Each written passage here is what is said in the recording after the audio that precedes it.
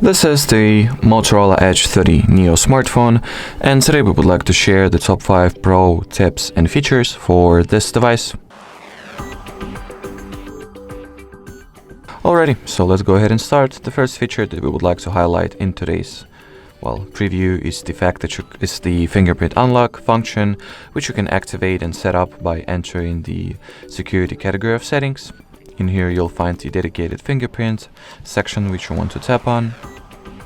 Prior to getting any biometrical way of locking the screen active, it is required that we also set up the backup screen lock method as well. The list of available ways we can choose from is pattern, PIN or password. I'll go with the pattern myself.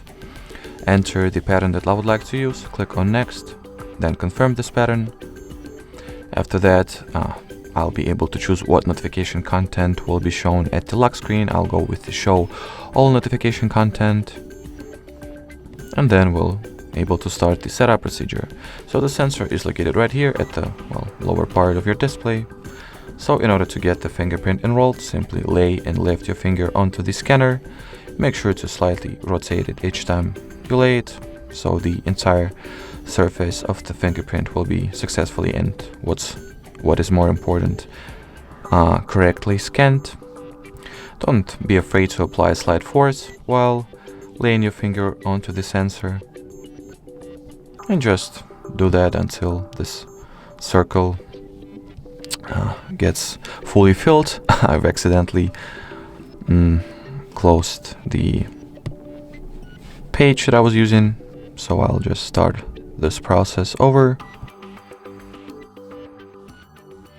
Alrighty, as you can see, the fingerprint has been successfully added. Now we can test it out real quick. So I'll lock my screen, wait until the scanner gets active, which it does not apparently, doesn't really matter. As you can see, the display gets unlocked without any issues at all, which is nice. Alrighty, the second feature that we would like to show you is another security measure, another biometrical way of locking your screen, which is the face recognition. You can access its dedicated page from the same category of settings. It is located right below the fingerprint that we have just enrolled. So let's enter the face unlock section. In here we'll enter the pattern that we have just set up, and in order to enroll the face, just align it with this frame and get it scanned, which I'll do off the screen real quick.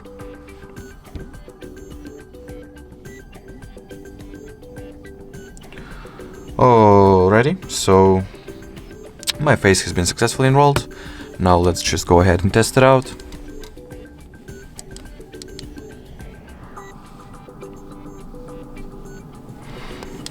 As you can see, the moment I align the selfie camera of this phone with my face, the screen gets unlocked without any issues or difficulties whatsoever. Alrighty, moving on to the next feature that is located in the display category of settings. So let's enter it. It is called the display refresh rate, and it allows you to switch between two available values of 60 and 120 Hz respectively. The higher value you go for, the smoother and silkier animations and overall visuals you'll get, but at the same time, the higher value of 120 Hz tend to drain more battery.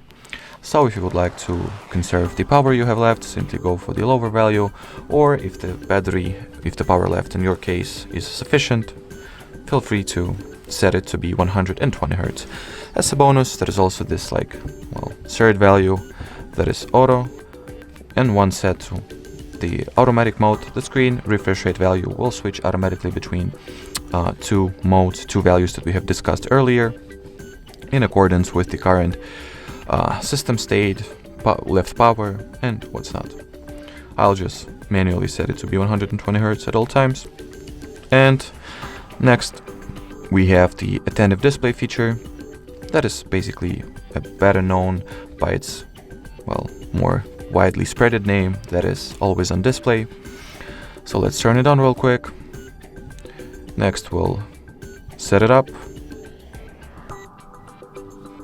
So let me just get back and get to the attentive display once again. For some reason the settings button have disappeared, so let me just try to regain an access to it real quick.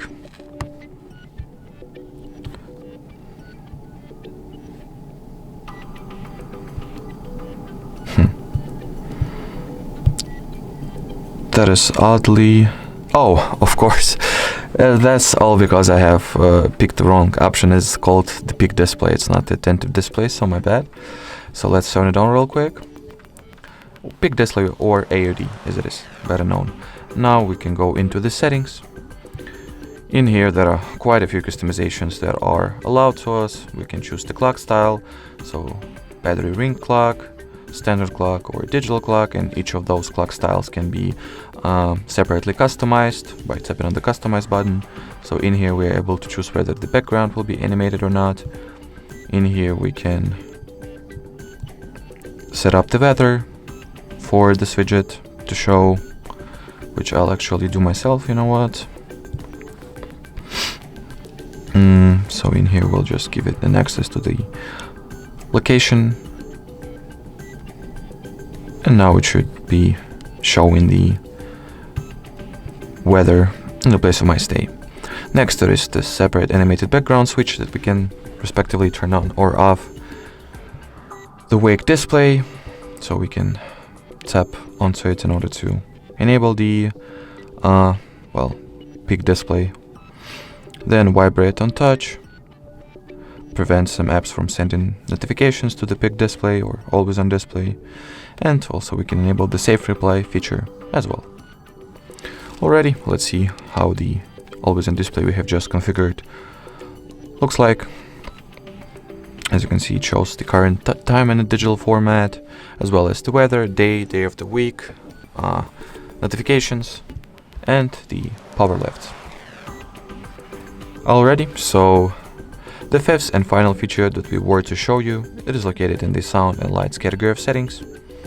And it's a very well-known Dolby Atmos sound feature that basically allows you to enhance the sound, provides you with very cool and useful equalizer configurations, which you can manage and set up. So once you've opened the dedicated Dolby Atmos app, just go into the settings, choose what mode you would like to use. So there is the one for music, movies, games, podcasts, or the smart audio that will switch between those modes automatically. There is also this custom mode, which provides you with advanced equalizer settings, which you can configure to your liking. So we highly recommend, if you would like to, experience the best sound possible and the most appropriate one for any particular task that you are doing, should it be music, movie, or games, just feel free to use the Dolby Atmos and switch between those modes. Those modes are, by the way, also configurable on their own. Alrighty, so that would be it, not only for the Dolby Atmos feature, but for this video in general. So thank you so much for watching, and bye bye.